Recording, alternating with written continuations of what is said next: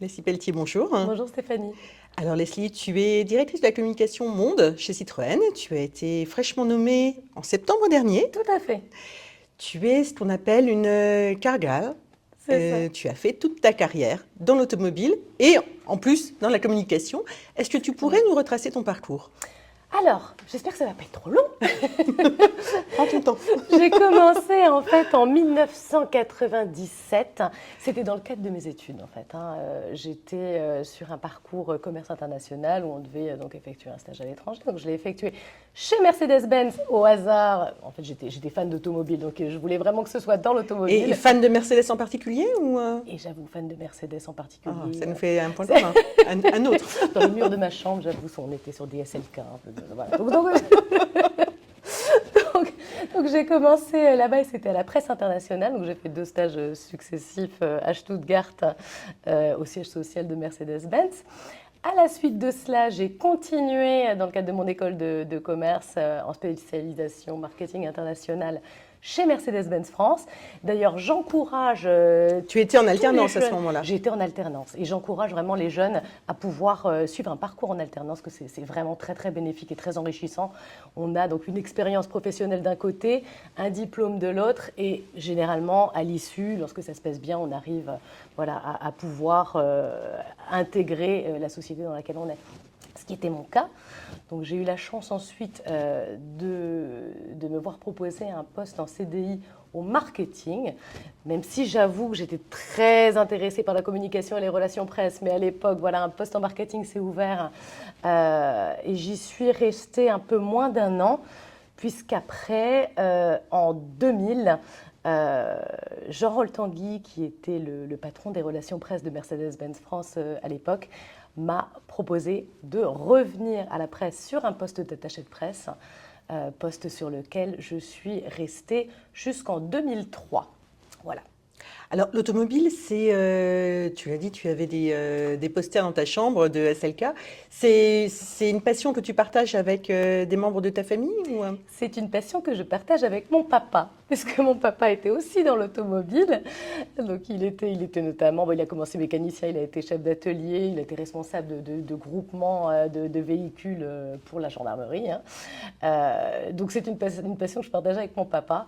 Et c'était très marrant d'ailleurs, parce qu'on était vraiment tous les deux passionnés d'automobile, et mon frère, pas du tout. Bon, ça arrive. Mais c'est l'automobile au sens large, le sport automobile également?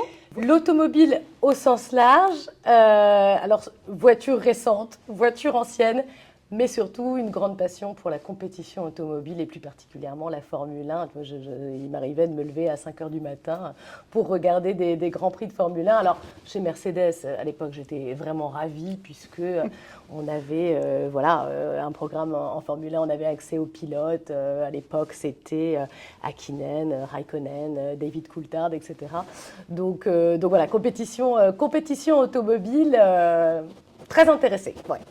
Ah là, tu dois être aux anges là, chez Citroën avec l'arrivée Formule de Citroën. I, tout à fait. Citroën Racing a 60 ans, donc une véritable légitimité dans la compétition et les sports automobiles. Et puis ça démarre fort. Et ça démarre très très fort, puisque sur les 2 premiers e-prix, sur les 2 premières courses, première course à Sao Paulo, donc un podium pour Citroën Racing et Nick Cassidy, et deuxième course, donc une victoire au Mexique. On était tellement fiers et contents au sein de l'équipe Citroën de cette victoire. Et encore aujourd'hui, Citroën Racing est numéro 1 du championnat mondial pour une première année de participation. Donc oui, ça démarre très très fort, on est vraiment super contents. Donc après Mercedes, on est en 2003. Tout à fait. Tu intègres le groupe Volkswagen, alors dans un premier temps chez Seat. Chez Seat, tout à fait. C'est Hervé Delabrive qui était patron de Seat France à l'époque, qui m'appelle et me propose donc la responsabilité des relations presse Seat France. Alors à l'époque, j'étais très jeune, j'avais 25 ans, et poste que j'ai accepté, et je suis restée responsable des relations presse de Seat France jusqu'en 2005, et j'en garde un super souvenir. C'était 2 années mémorables dans une marque très sympathique, très dynamique. Et ensuite, en 2005, le président du groupe Volkswagen France de l'époque me propose de prendre la responsabilité de la marque Volkswagen que j'ai bien évidemment accepté. Et là, c'est le début d'une belle et longue histoire. C'est le début d'une belle et longue histoire, puisque je suis restée quand même responsable de la presse et de la communication de Volkswagen pendant un certain temps. Alors le poste a évolué au fur et à mesure des années. Donc j'ai eu la responsabilité de Volkswagen VP, ensuite les utilitaires, ensuite j'ai eu aussi une dimension groupe, corporate du groupe et coordination des marques du groupe qui s'est ajoutée. Et en 2022, Xavier Chardon, qui était président du directoire de Volkswagen Group France à l'époque, m'a proposé d'étendre mon domaine de compétences sur la communication externe, mais également interne pour Volkswagen Group France et la coordination des marques.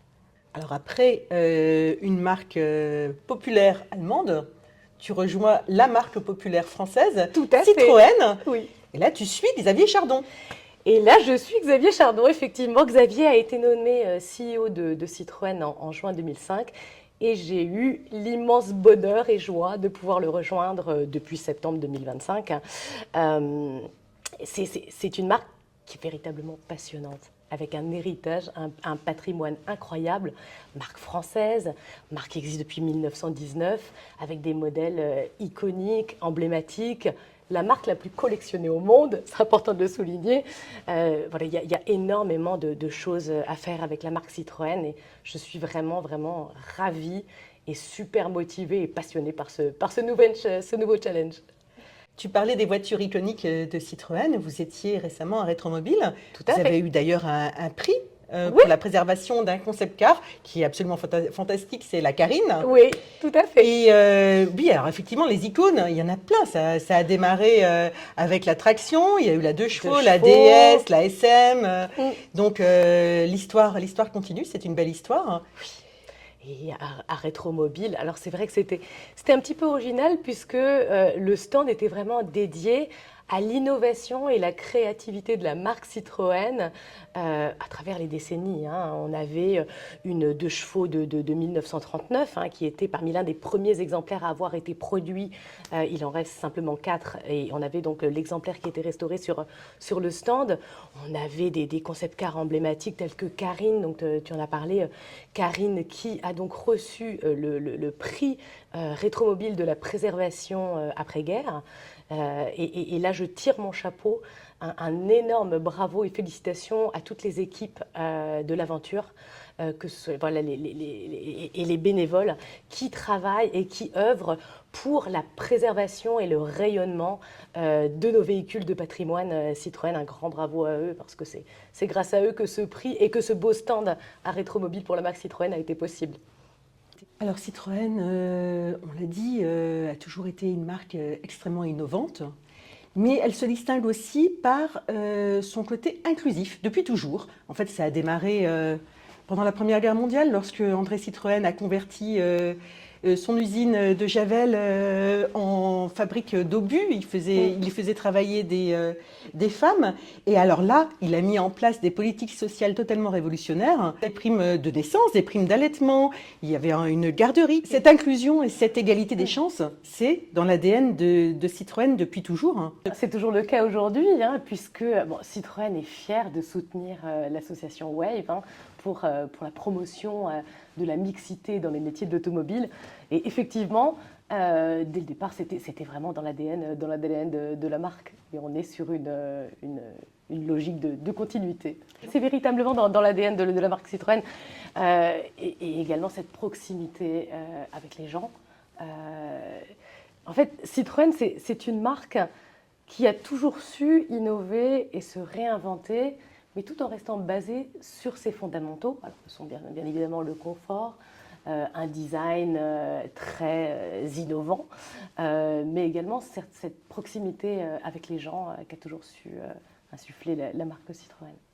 Alors, vous en êtes où en termes de parité, de mixité chez Citroën aujourd'hui? Pour la marque Citroën, au niveau international, eh bien, figure-toi que la majorité des membres du comité de direction au niveau monde, au niveau international, est féminin. Nous avons une directrice du produit, une directrice du marketing, une directrice de l'expérience client, une directrice de la communication, enfin, énormément de femmes et donc une majorité de femmes au sein du comité de direction de Citroën au niveau international. Et si on regarde même au niveau de Citroën France, seul Édouard Georges, le patron de Citroën France, est un homme et l'intégralité de son comité de direction est féminin. Tu crois que ça change quoi d'avoir justement une majorité de femmes dans une équipe? Une majorité de femmes, alors attention, on ne va pas sélectionner un candidat ou un profil exclusivement parce que la personne est une femme. Ça va être vraiment décidé au niveau de la meilleure compétence. Mais c'est vrai que ça apporte une diversité, un éventail de talents et de spécificités complémentaires au profil masculin. Mais je pense que c'est un véritable atout pour une entreprise.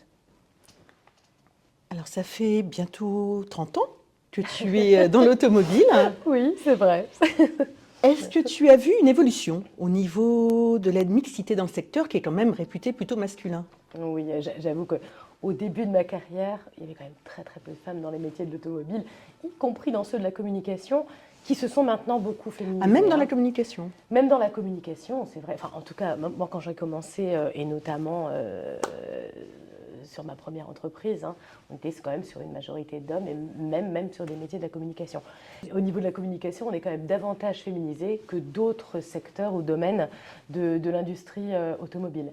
Mais effectivement, on se rend compte qu'il y a une véritable prise de conscience aussi de l'importance de la mixité et de plus en plus de femmes aussi souhaitent faire carrière dans les métiers de l'automobile et je les encourage fortement à venir parce que c'est vraiment un secteur qui est en pleine transformation, en pleine mutation, extrêmement intéressant, que ce soit sur des enjeux d'électrification, de digitalisation, de nouvelles technologies. Il y a énormément aussi de nouveaux métiers qui se sont créés dans l'automobile et c'est véritablement passionnant. Alors tu dis qu'il y a de plus en plus de femmes qui rejoignent le secteur de l'automobile. Ce sont plutôt des jeunes femmes ou des femmes plus âgées?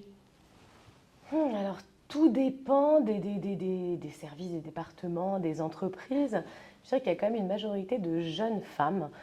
Beaucoup de jeunes femmes qui arrivent chez nous en stage et qui restent par la suite, qui intègrent l'entreprise parce que ça s'est extrêmement bien passé, sur des profils extrêmement intéressants. On en a quand même pas mal d'exemples. Parce qu'on a l'impression qu'il y a un regain d'intérêt pour, ou alors plutôt une naissance d'intérêt, entre guillemets, chez les jeunes femmes pour l'automobile. On en voit de plus en plus qui suivent de la compétition. Tu mentionnais la compétition tout à l'heure. Mais j'ai l'impression que voilà, c'est quelque chose qui a le vent en poupe, l'automobile. Et c'est bien.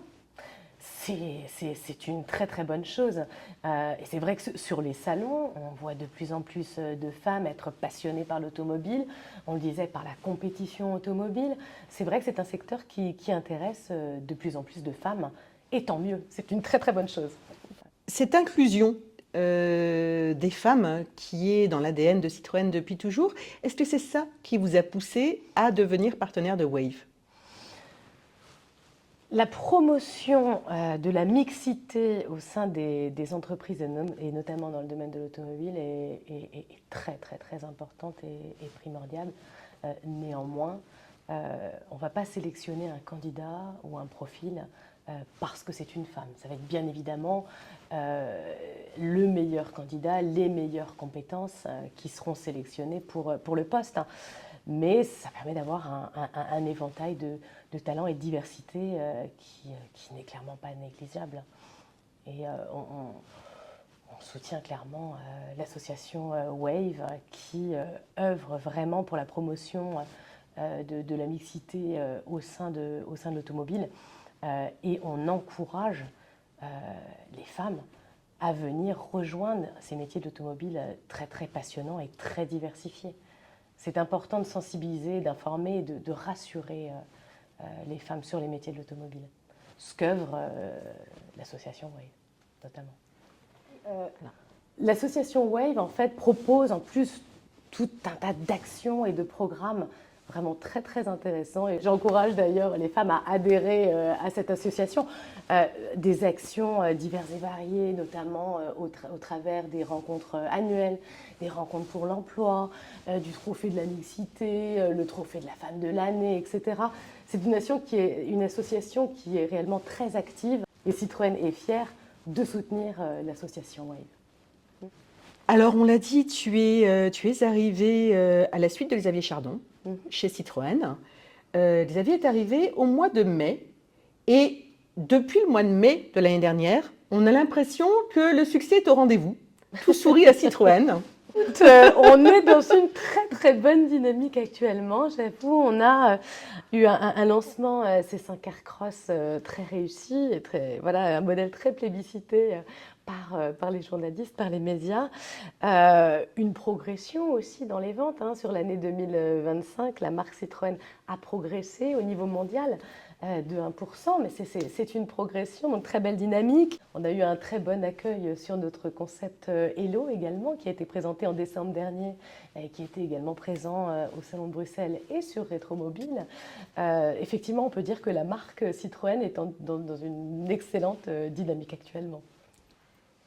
Est-ce que tu considères la mixité, que ce soit plus de femmes ou plus d'hommes, enfin bon voilà, pas forcément la parité, mais la mixité comme un levier de performance? Clairement, on a besoin de mixité dans toutes les entreprises et plus particulièrement dans l'automobile, qui était généralement très masculin. La mixité apporte une diversité de profils, une diversité de talents. Et pour moi, c'est indispensable au sein d'une entreprise. Mais si tu avais un message à adresser aux femmes pour leur donner envie de rejoindre l'automobile, et plus particulièrement Citroën, tu leur dirais quoi? Mesdames, venez rejoindre les métiers de l'automobile ô combien passionnants. Dans cette période de transformation, on a toute une diversité de métiers, que ce soit au niveau du design, de la conception, du marketing, la communication, les ventes, la pré-vente, la data. On a vraiment toute une multitude de métiers extrêmement intéressants. Le domaine de l'automobile est passionnant. Venez nous aider à construire la mobilité de demain, la mobilité du futur, et plus particulièrement chez Citroën, une marque qui a toujours su innover, basée sur ses fondamentaux, une marque française qui existe depuis 1919, une marque incroyable avec un patrimoine extrêmement riche, la marque la plus collectionnée au monde. Je vous incite, mesdames, à venir rejoindre l'automobile et plus particulièrement la marque Citroën. Merci beaucoup Leslie. Merci Stéphanie de m'avoir reçue.